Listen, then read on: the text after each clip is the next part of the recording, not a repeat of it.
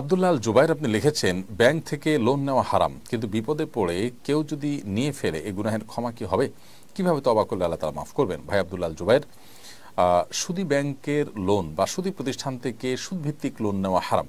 অতএব কেউ সুদভিত্তিক লোন নিয়ে ফেললে আল্লাহ সুবহানাহু ওয়া তাআলার কাছে তওবার প্রক্রিয়া হলো যে খুব দ্রুততার সাথে তার অন্য স্থাবর অস্থাবর সম্পদ দিয়ে বিক্রি করে হলেও বা অন্য হালাল বা বৈধ লোন নিয়ে হলেও এই লোনটাকে ক্লোজ করে ফেলা, অর্থাৎ যত দ্রুত সম্ভব এটা ক্লোজ করে ফেলা, এবং আগের চুক্তি অনুযায়ী যে সুদ, সে সুদ দেওয়ার কারণে যদি তিনি এখন ভুল বুঝতে পারেন এবং তওবা নাসুহা করেন, আশা করে যে আল্লাহ তাআলা তাকে মাফ করবেন, এবং তওবা নাসুহা করবেন, জীবনে আর কখনো তিনি সুদের পথে পা বাড়াবেন না, যত বিপদই তার হোক না কেন।